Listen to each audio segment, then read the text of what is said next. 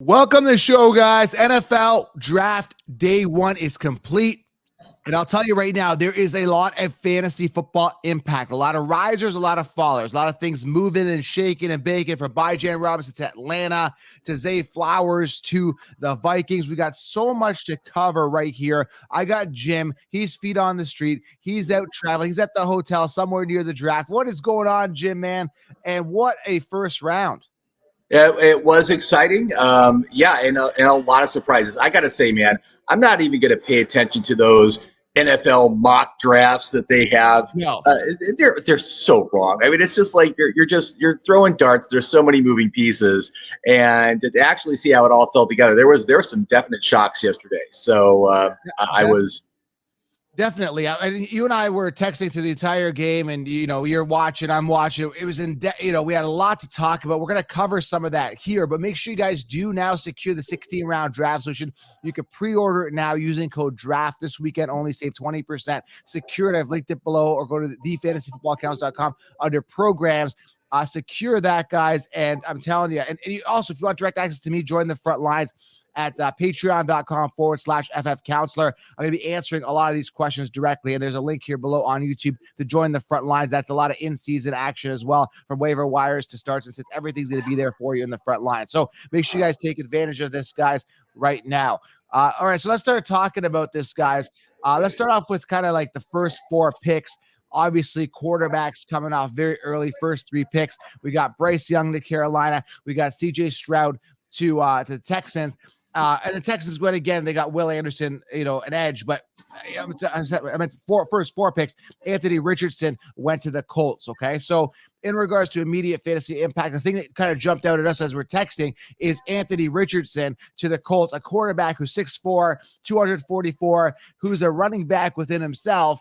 This is definitely going to affect Jonathan Taylor, in my opinion, because this guy ran a lot, right? Right, Jim? Well, yeah. I mean, anytime you have any of those rushing quarterbacks that you see, it does negatively impact the running back position because they vulture touchdowns from what should go to the running back, and they take it for themselves. Right. So, yeah, that's definitely something that is a negative towards someone like Jonathan Taylor. But I don't think I'm out on Jonathan Taylor. I mean, it is still a contract year for him. I think he's going to bounce back very strongly this year. He is certainly going to be a focal point of this offense because there's not a lot of weapons otherwise. I'm basically, when it comes to rookie quarterbacks, my overall philosophy is just like, don't draft any wide receivers that are playing with rookie quarterbacks, but workhorse running backs are probably still fine. So I'm okay with taking that. I don't know. It's a little bit of a concern. Like I said, he's not a pure pocket passer. He may rely on Jonathan Taylor quite a bit to hand the ball off if he's having trouble finding people downfield. I got to see if they address the wide receiver position a little bit more, because I don't know if they don't even have a true wide receiver one. I'm not really sold on Pittman. But again, Anthony Richardson, a bit of a concern here for Jonathan Taylor. Taylor, really high on him, but he's kind of like went down a couple, ranks for me after this pick. Yeah, and when you look at all these three teams that took their quarterback, their offenses are terrible. They don't have anybody. I mean, Carolina gave away their two best players over the past year. Houston, who's even their wide receiver?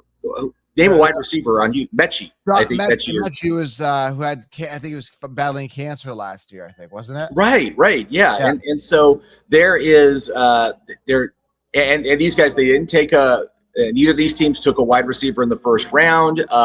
So it's a real question mark. I'm pretty much out on these offenses, but I'm still comfortable with Dameon Pierce. And Miles Sanders, maybe, I don't know.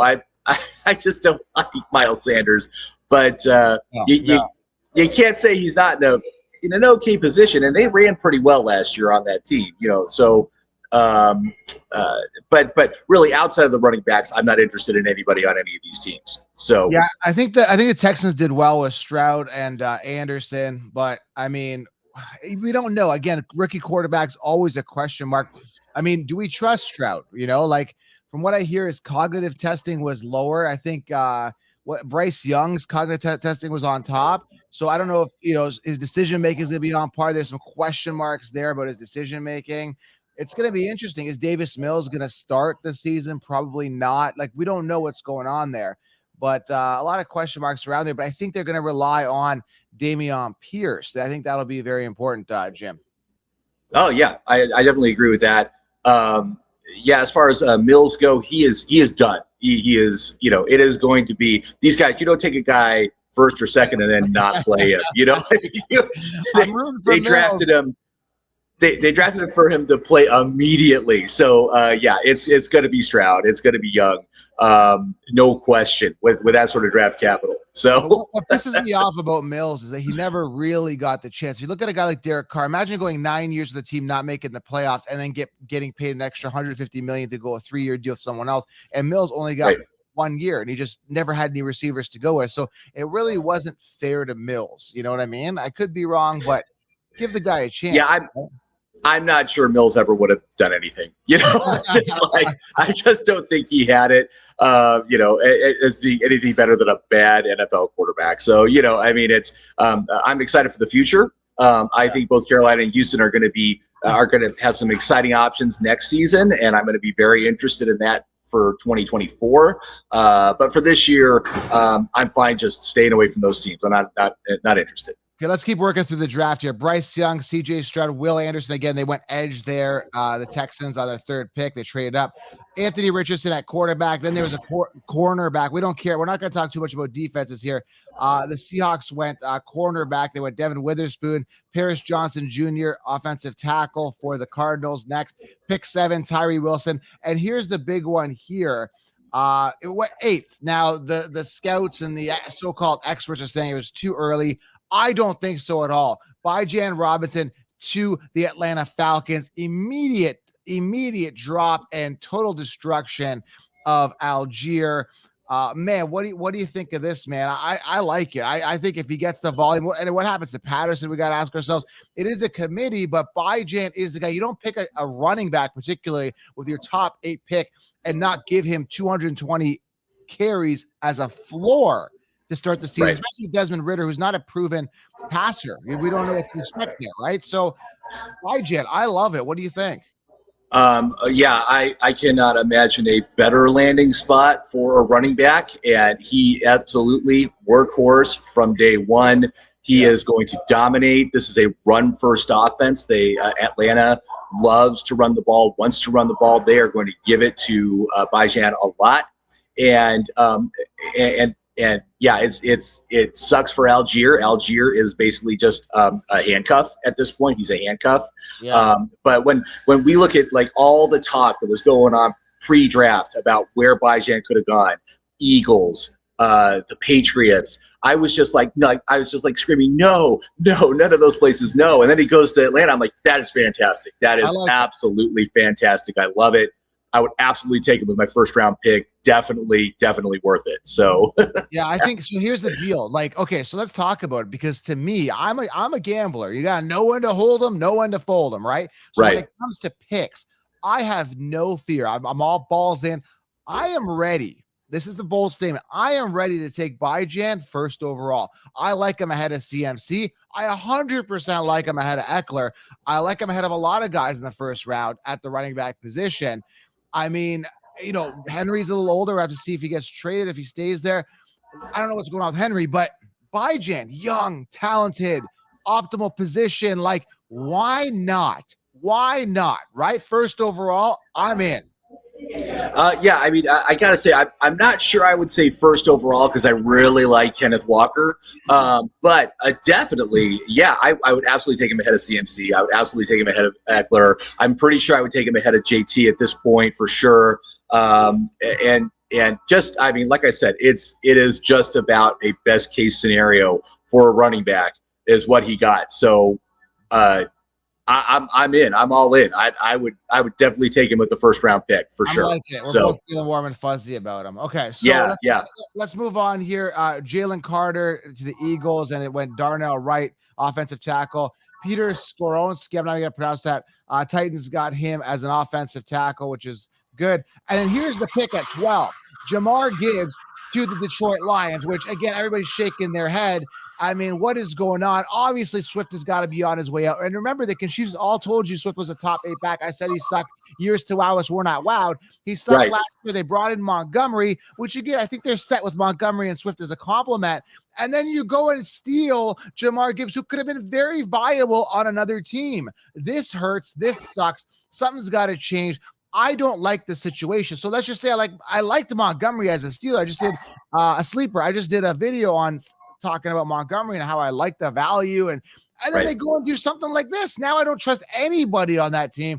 Staying far away, but I do love Amon-Ra. So Amon-Ra is the kind of like that shining light on that team, especially with Williams facing a looming suspension with his team, whatever he did. Oh, he was already suspended. He was already he's out for 6. So So Amon-Ra is going to take that. He's going to get a ton of volume. I love it. I'm all over him.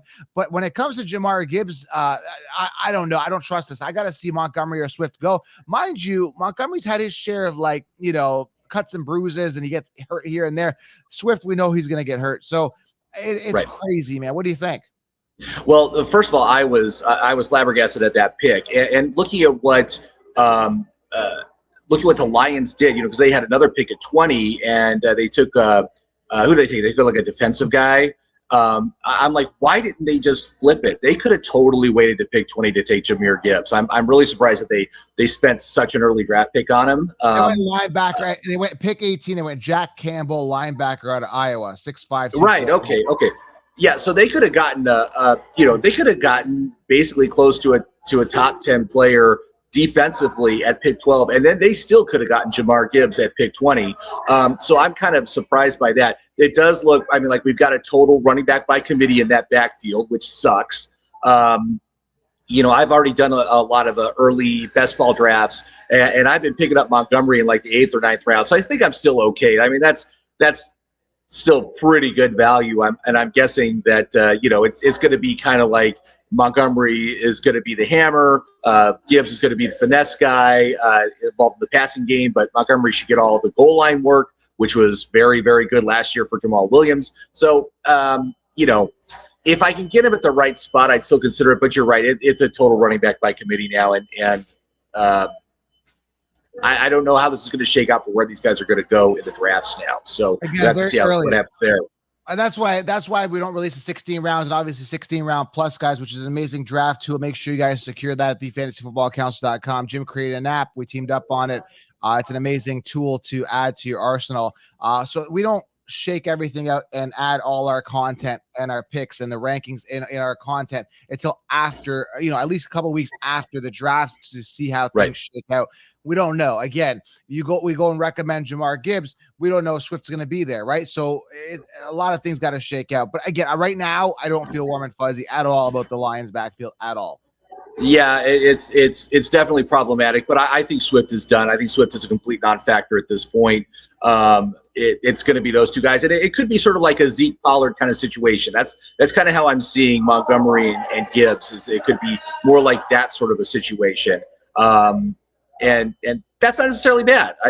Really, both those players were productive on the Cowboys, and I think maybe both these guys could be productive too if you get them at the right point in the draft. So.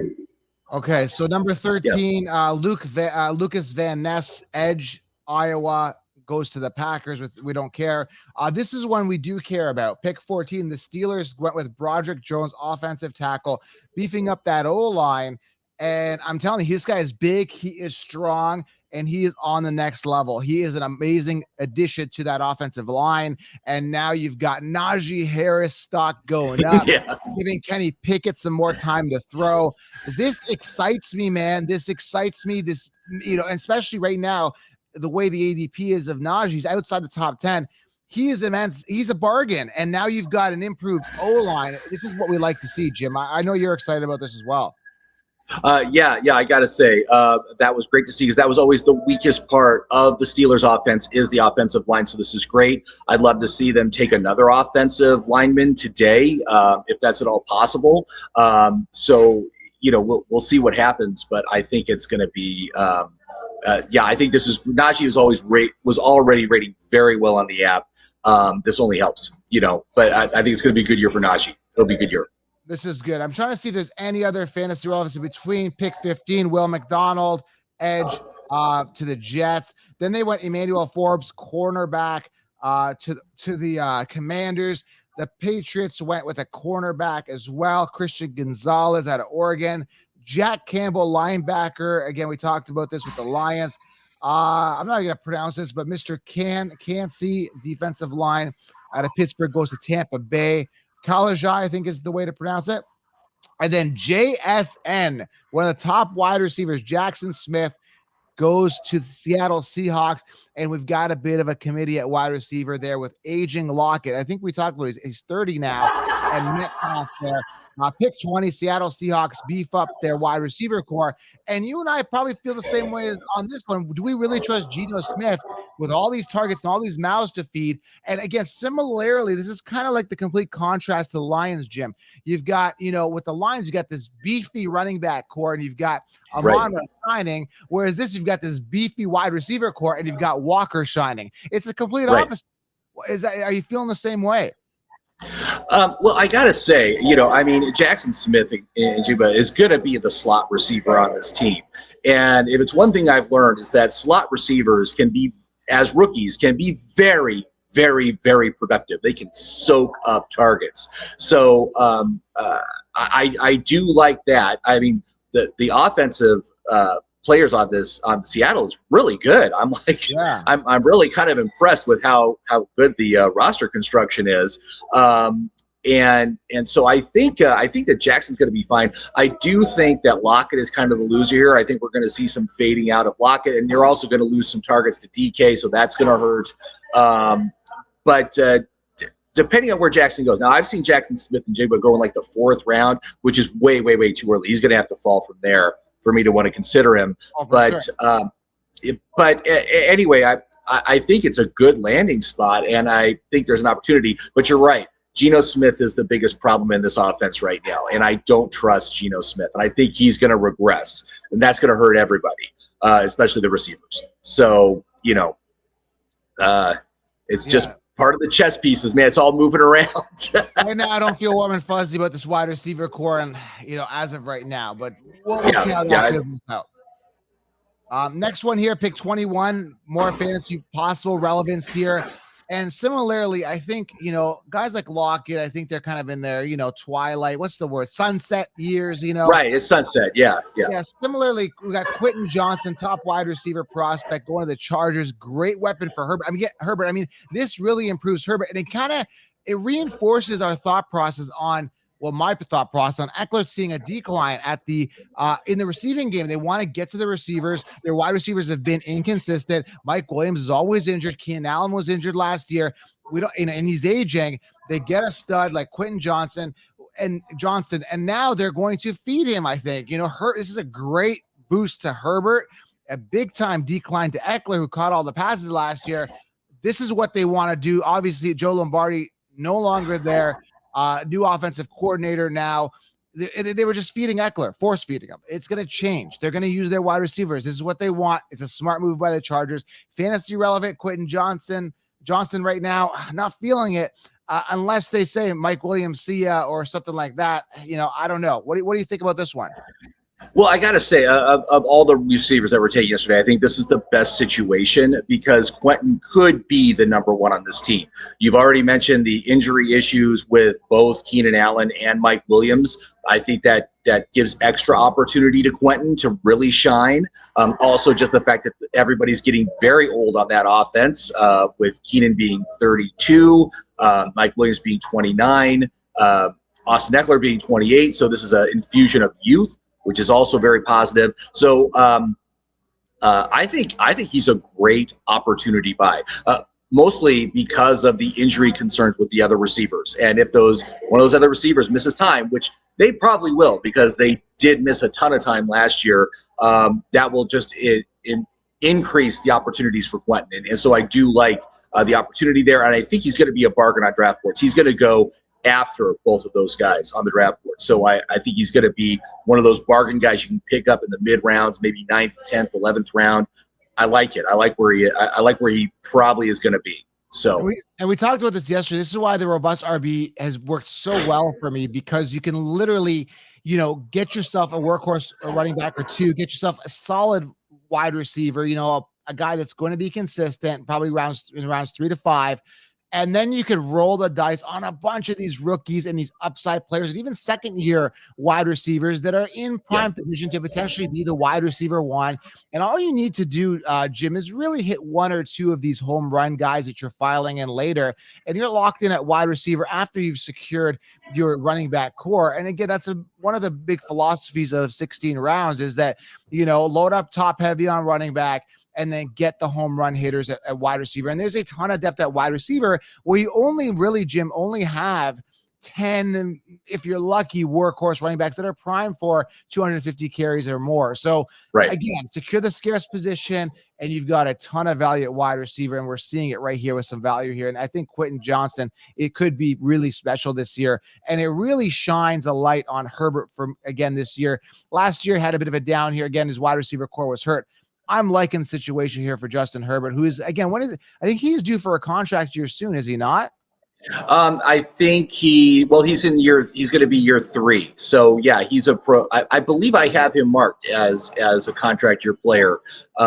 So the year, is it year 3 or year 4? Shoot, I can't. Almost year 4. That's what I'm trying to look up right now. I think he's actually. Yeah. But yeah, we are in contract year situation. So year 4. So yeah, he was 2020, 2021, 22. This is going to be his year 4.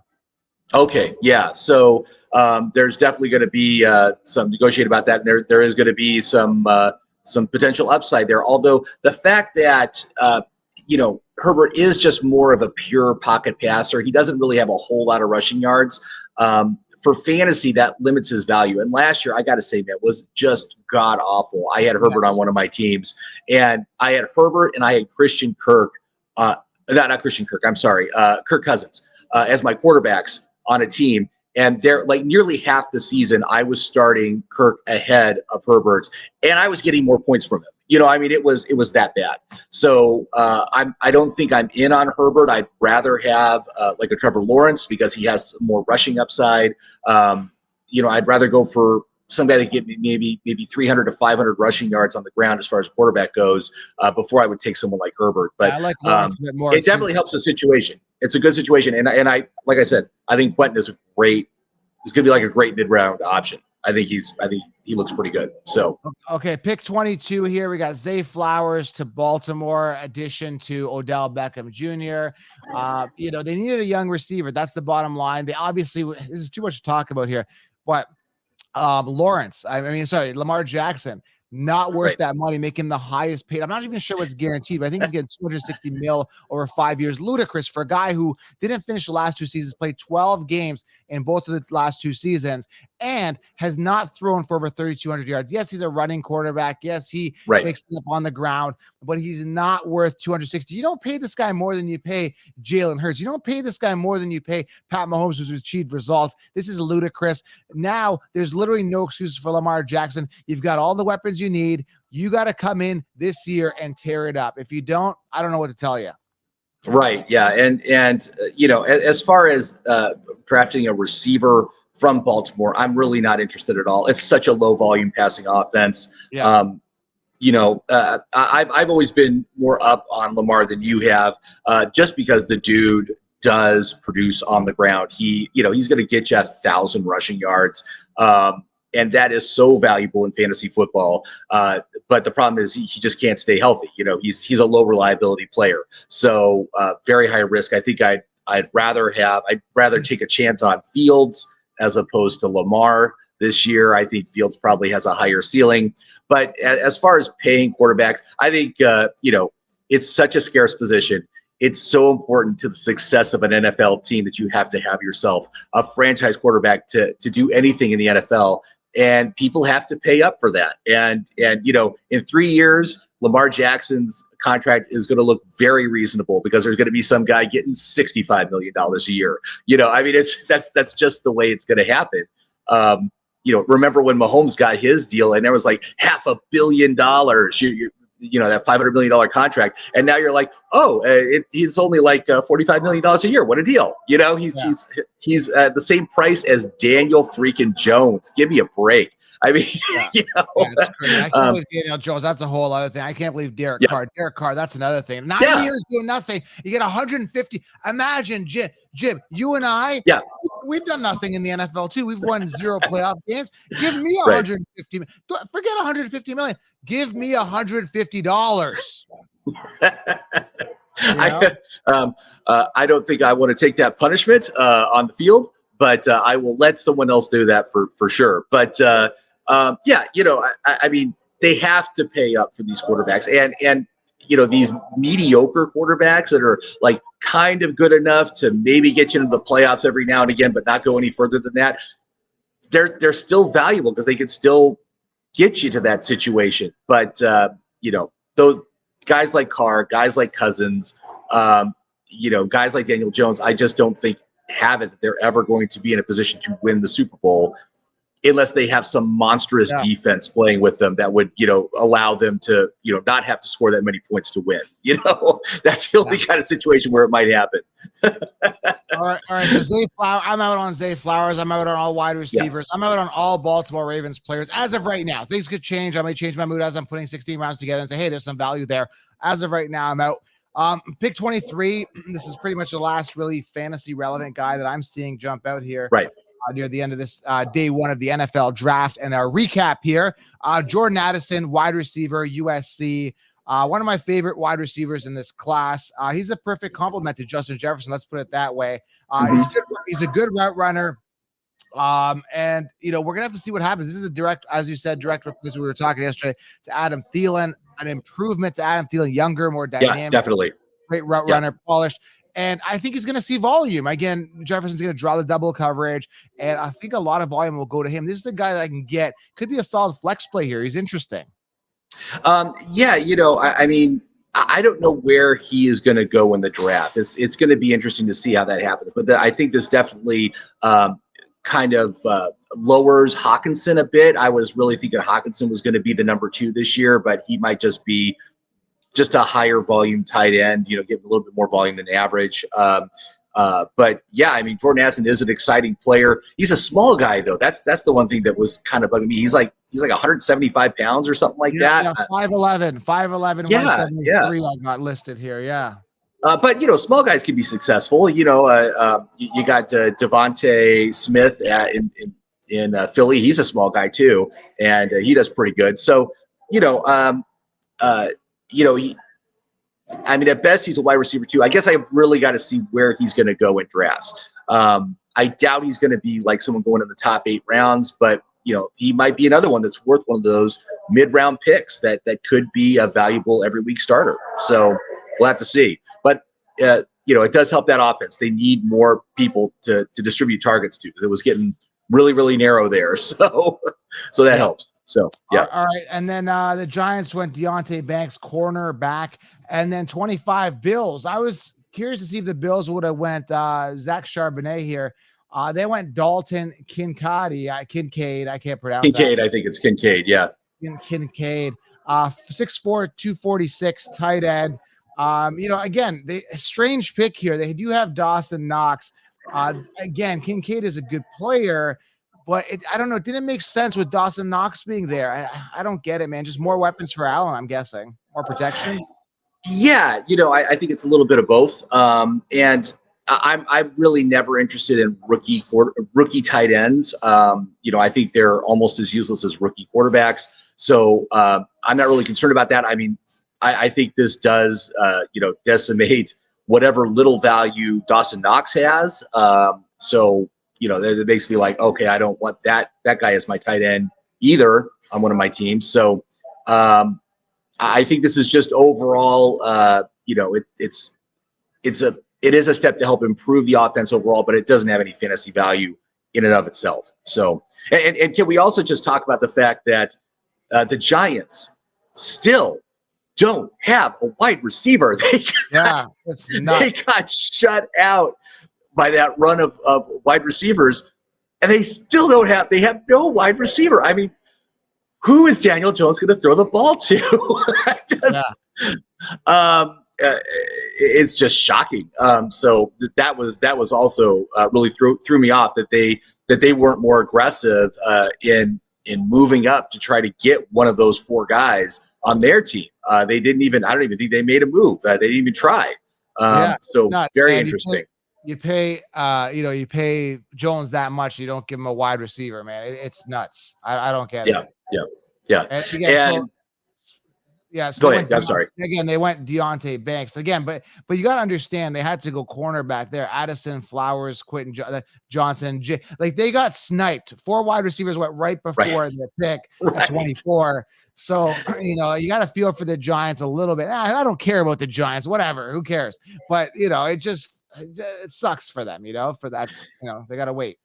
It does. I mean, if the Giants had gotten Jaxon Smith and Njigba, I would be like, yeah, I'd take that guy like in the 4th or 5th round. I would, absolutely. But now that's not going to happen. And then also Green Bay, same thing. Didn't take a wide receiver in the 1st round because that's what they don't ever do that. So who's the wide receiver 1 in Green Bay? Who? That's good. That's good for Christian Watson, I would think, right? But I just don't think Watson's going to get the volume. I mean, he was only getting like 6 targets a game, and last year the number 1 receiver was Lazard, who only got 100 targets. Lazard sucked. I mean, and so it's like there's no number 1 on Green Bay either, and so it'll be interesting to see what happens today. There are a lot of wide receivers that are probably going to go off the board today. We'll see what happens there, but. That's the nice thing. Like guys like Garrett Wilson's like the top 4 receivers here. You don't got to worry so much about Garrett Wilson now, right? With Rodgers, that kind of looks good too, doesn't it? And spices up Christian Watson a little bit more now with these guys gone too. I just don't think Watson is a high volume guy. Again, he only averaged like 6 targets a game in the second half of last season. He wasn't being any sort of dominant volume receiver that you want to see from a number 1. So I don't think he is. Rodgers had a chip on his shoulder. I think he was a little bitter since that drop. And I don't know. And Rodgers with rookie receivers, it's like, you got to earn it. You got to earn it. Like if he had fed Watson more and Watson had stayed healthy at the beginning of the season, we were looking at a total stud if he was force-fed like Adams was the year prior. So, again, am I giddy and excited about Watson? No, but he looks a little sexier now on paper. Yeah, we'll have to see what happens. We'll see what Green Bay does here in day 2, and maybe they'll take another receiver because they do need one. I mean, they got to take they got to get another one, but I don't know. Jordan Love, unproven quarterback. It's hard to see anything on that offense that I'm real excited about outside of A.J. Dillon. I do like A.J. Dillon. So, but that's where I'm at. Let's wrap this up here. So we talked about Dalton, Kincaid, 25. And then at this point, guys, and we'll talk a little bit of risers and fallers right before we end this, because there's a lot of defensive players here. The Cowboys go Mazi Smith, defensive line, Anton Harrison to Jacksonville, offensive tackle. This is good, beefing up that Jacksonville O-line to protect Trevor Lawrence, who a guy we're really high on. I love this. Yeah, and Etienne too. That'll help him. So really, and Ridley's gonna have more balls hopefully going his way. I like Ridley. I like him. I just like protecting a guy that we're both high on, and Trevor Lawrence. Yes. This is good. And again, I like the O-line improvement with the Steelers. Smart moves, Jacksonville Steelers. You're helping fantasy teams. Oh, and that was the other thing is the fact that Dallas didn't take a running back. And so it's like, what does that mean for the back? Because they passed on Charbonnet. I don't think Charbonnet is going to make it back to their second pick because they don't pick till late in the second round.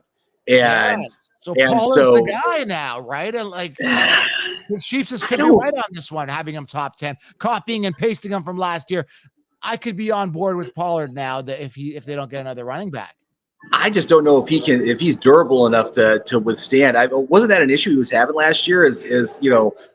Like Zeke missed a little bit of time, and he was getting the crap beat out of him, and was having a real hard time standing up. I just don't think he can handle that sort of a workload. Good point. And he had Zeke there every single year taking over 200 attempts. You can't you can't designate an extra 100 attempts to Pollard and expect him to run. This guy was a 4th round pick in 2019. he's not a stud guy. He's good. He's a good player. He's just not, where he is value. Like he's coming off late first round in drafts, like early second, the latest. They're considering him an RB1. What they're doing to Pollard this year, the mainstream, is what they did to DeAndre Swift last year. It's not viable. I don't see it. Yeah. I don't either. So we'll see what they do, and we'll see what they do. And there are a couple of big-bodied running backs. I think they're probably going to go for someone like that.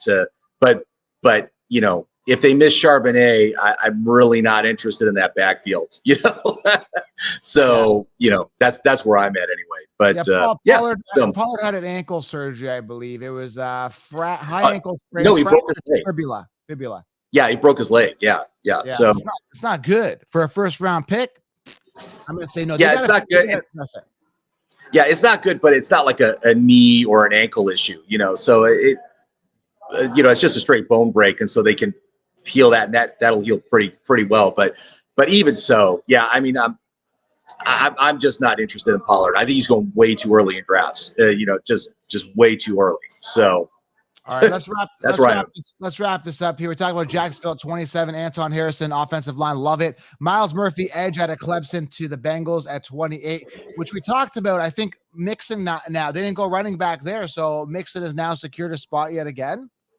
Right, yeah. Well, let's see what happens. I mean, again, Mixon was under 4 yards per carry last year on a great offense. I mean, let's not mince words. That was a great offense. He had one good game. And the rest of the year, he was just sucked. And so I think he's done. I think he's spent. I don't think there's any tread left on those tires. I am not going to be taking Mixon. I think he's going to fall off a cliff this year. Okay, so then they went. The Saints went Brian Breesy, defensive lineman. Nolan Smith. Oh man, I watched the tape on him. I think I could be wrong, but I think he ran like a 4.4. He's an edge, man. This guy is good. I saw. Yeah, fast. See that tape on him? Wow. I mean, he is awesome. He's so quick, so strong. The Eagles are a scary team this year. They are like scary good. Like, they took two defensive players, didn't they, in the first round? I'm going to be watching the Eagles this year, man. I'm telling you. Yeah, they got really lucky. They got Jalen Carter. Defensive line, and then they ended up getting Nolan Smith. So, I mean, their offense is good. I mean, they don't really got to touch that. I mean, they could use a running back, right? Yeah, that's another thing, man, right? Because they got Rashad Penny, and then, that's where I'm scared. That's where it's ugly. Yeah. So, again, I want to see how the rest of this draft shapes out, especially today. And see what these teams do with these holes, that we're talking about, because they gotta do something. So, and the Chiefs went with an edge, Felix Uzama. Yeah. Okay, so we don't want to talk about that. So anyway, just quick recap, round one, off the top of my head, what we talked about here. Let's talk about some risers and fallers. Just again, you can just dive in here. Sure. Again, Bryce Young, the receivers, they probably get a boost on Carolina. Yes or no? Yes.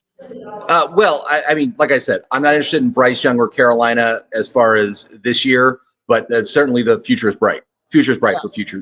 Stroud, I would assume the receivers, if they draft one, would get a boost on the Texans. But I know that Dameon Pierce has got to be fed because they have no wide receivers, right? Yeah, Dameon Pierce, I think, is safe. I think he's good. I like him. Anthony Richardson, I think a little bit down on Taylor. We could be wrong. Still a contract year. They could force feed Taylor as well. But Anthony Richardson kind of buzzkills a little bit of my Taylor. A little bit. Yeah. Let's keep rapid firing here.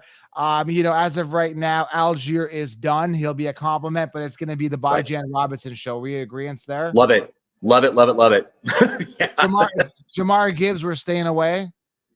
Yeah. I mean, again, a running back by committee there. If you can get him at the right spot, maybe I'd take him. PPR, maybe I'd take him because I think he's going to catch a lot of passes. So Broderick Jones, offensive tackle, beefs up the Steelers line and gives Najee Harris and that whole offense a bit of a boost. Are you in agreement there? Yes, absolutely. And I want to see them take some more offensive linemen in this draft. The wide receivers right now out of Jordan Addison, Zay Flowers, Quinten Johnston, and Jaxon Smith. I would say Addison and probably Quinten Johnston with the Chargers have the most upside. Do we agree there? Actually, well, I do like Quinten. I do like it, and I think Jaxon Smith and Njigba has opportunity as a slot player. I think he's going to be. I think he's going to be very productive. It just depends on where I can get him in the draft. That's what it comes down to. So okay, Buffalo's Dalton Kincaid does not excite. You would agree there? Yeah, I'm not interested. Yeah, unless Dawson Knox breaks his leg week 1, and then he becomes a primary target for Allen. But they got so many weapons, man. We got James Cook out there. They got Damian Harris around the goal line. Josh Allen's going to run the ball. They've got Diggs. They've got so much going on. And it's just, there's no clear cut one other than Diggs. I don't know, man. I'm staying away. Yeah, and I do think Buffalo needs another receiver, and so we'll see what they do. So. Anyway, we talked a lot here. NFL Draft 2023 full recap and review and fantasy football impact. We've got it covered here for you. Make sure you guys join the 60-round draft. You should get it right now. I'll be laying that out in about 2 weeks, but you can pre-order it right now using code DRAFT. Jim's feet on the street right now. He's going to go get watching the draft here. Thank you for joining us from the hotel room here, Jim. We really appreciate you. You are awesome. Yeah, no problem, man. I appreciate it. And I'll be back in Santa Fe next week. We'll back in my studio. So, all right. That's all awesome. right. All right. Well, thank you so much. Guys. Enjoy the rest of your weekend. Enjoy the rest of the draft, man. I'm looking forward to see what happens today. Leave a thumbs up, guys. We're out. All right.